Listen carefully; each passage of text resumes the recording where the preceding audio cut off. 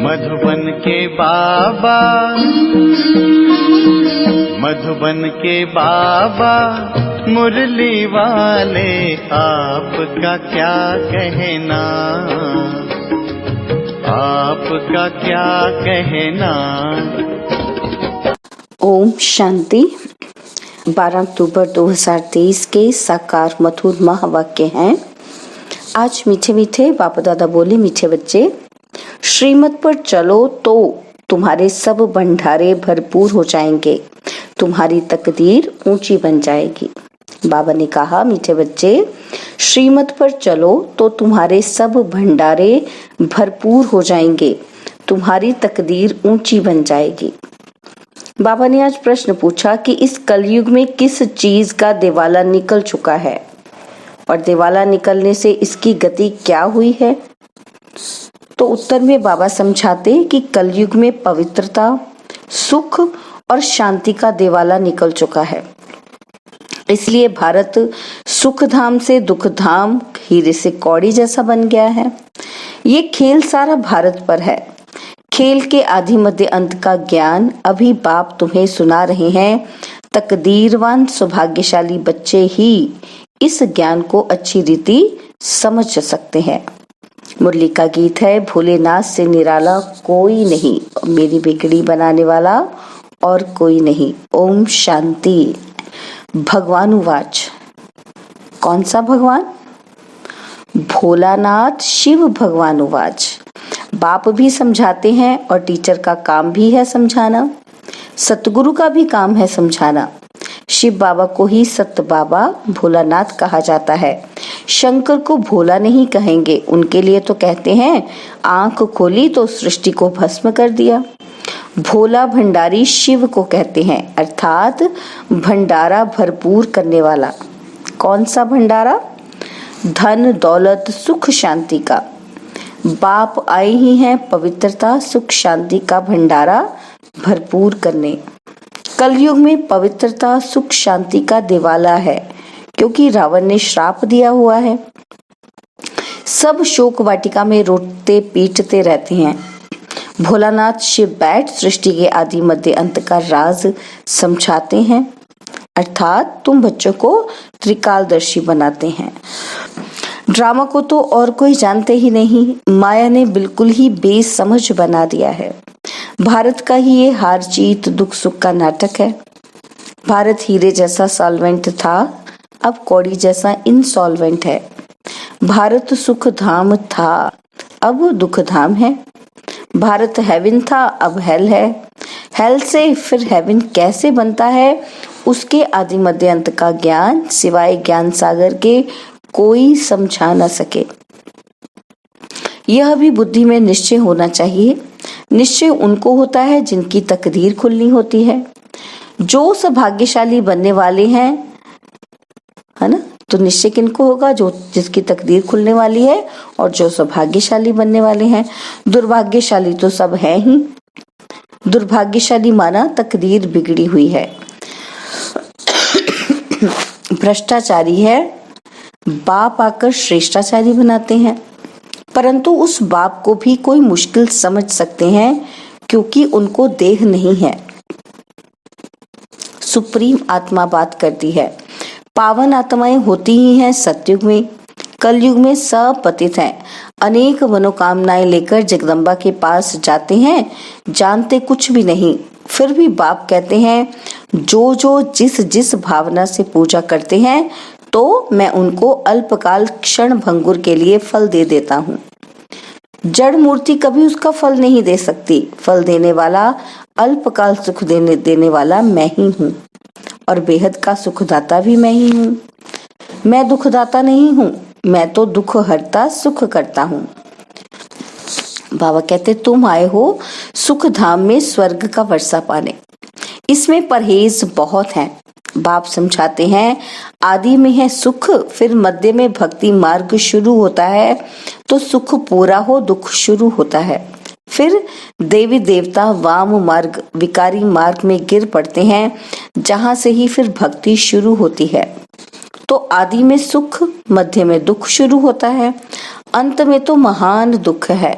बाप कहते हैं अब सर्व का शांति सुखदाता मैं हूँ, तुमको सुखधाम में चलने के लिए तैयार कर रहा हूँ, बाकी सब हिसाब किताब चुकतू कर शांति धाम में चले जाएंगे।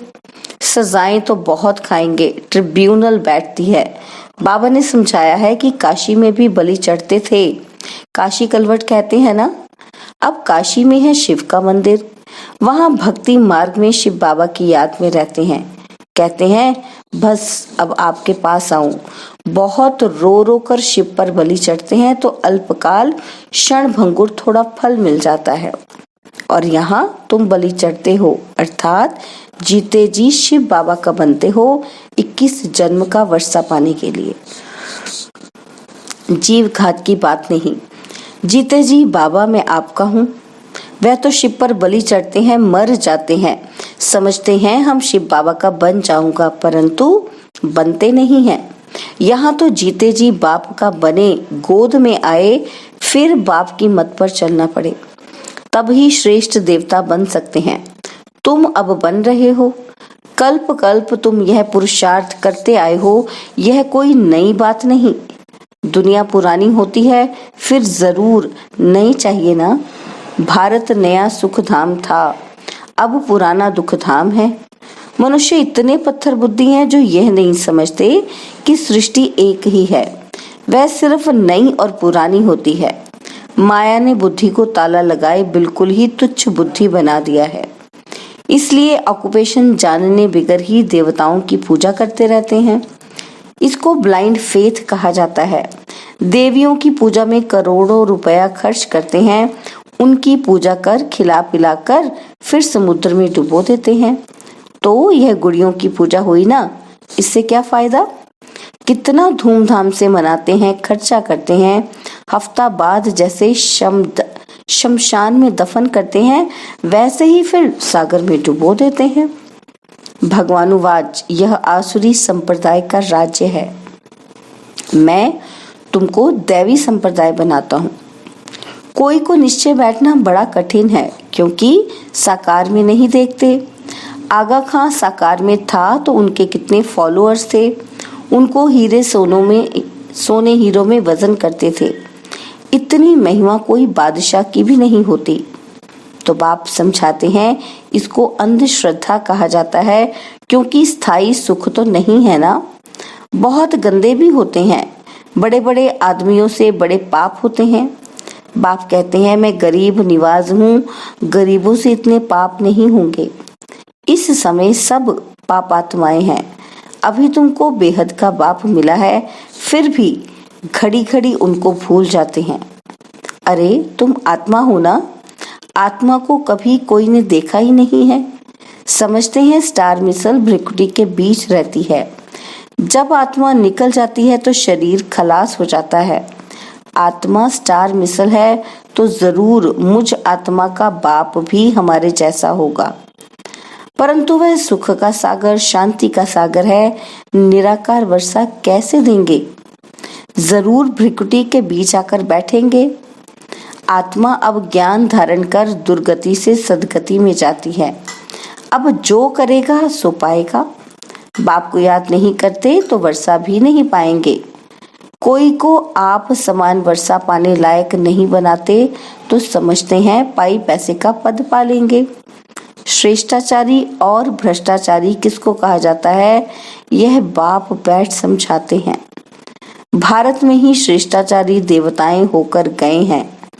गाते भी है ना हेवनली गॉडफादर, परंतु जानते नहीं हैं कि हेवनली गॉडफादर कब आकर सृष्टि को हेवन बनाते हैं। तुम जानते हो, सिर्फ पूरा पुरुषार्थ नहीं करते हो, वह भी ड्रामा अनुसार होना है, जितना जिसकी तकदीर में है। बाबा से अगर पूछे कोई तो बाबा झट बता सकते हैं कि इस चलन में अगर तुम्हारा शरीर छूट जाए तो यह पद पाएंगे, परंतु पूछने की भी हिम्मत कोई नहीं रखते हैं। जो अच्छा पुरुषार्थ करते हैं वे समझ सकते हैं कि हम कितने अंधों की लाठी बनते हैं। बाप भी समझ जाते हैं कि ये अच्छा पद पाएंगे। ये बच्चा कुछ भी सर्विस नहीं करता तो वहां भी दास दासी जाकर बनेंगे। झाड़ू आदि लगाने वाले, श्री कृष्ण की पालना करने वाले, महारानी का श्रृंगार करने वाले दास दासियां भी होते हैं ना। वह है पावन राजाएं और यह है पतित राजाएं। तो पतित राजाएं पावन राजाओं के मंदिर बनाकर उन्हों की पूजा करते हैं, जानते कुछ भी नहीं। बिरला मंदिर कितना बड़ा है, कितने लक्ष्मी नारायण के मंदिर बनाते हैं, परंतु जानते नहीं कि लक्ष्मी नारायण कौन है। फिर उनको कितना फायदा मिलेगा। अल्पकाल का सुख जगदम्बा के पास जाते हैं, यह थोड़े ही जानते हैं कि यह जगदम्बा ही लक्ष्मी बनती है। इस समय तुम जगदम्बा से विश्व की सब मनोकामनाएं पूरी कर रहे हो, विश्व का राज्य ले रहे हो। जगदम्बा तुमको पढ़ा रही है, वही फिर लक्ष्मी बनती है, जिससे फिर वर्ष वर्ष भीख मांगते हैं। कितना फर्क है। लक्ष्मी से हर वर्ष पैसे की भीख मांगते हैं। लक्ष्मी को ऐसे नहीं कहेंगे कि हमको बच्चा चाहिए या बीमारी दूर करो, नहीं, लक्ष्मी से सिर्फ धन मांगते हैं। नाम ही है लक्ष्मी पूजन। जगदम्बा से तो बहुत कुछ मांगते हैं, वह सब मनोकामनाएं पूरी करने वाली है। अभी तुमको जगदम्बा से मिलती है स्वर्ग की बादशाही।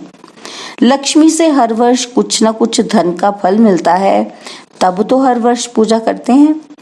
समझते हैं धन देने वाली है, धन से फिर पाप करते रहते, धन प्राप्ति के लिए भी पाप करते हैं। अभी तुम बच्चों को मिलते हैं अविनाशी ज्ञान रत्न, जिससे तुम मालामाल बन जाएंगे।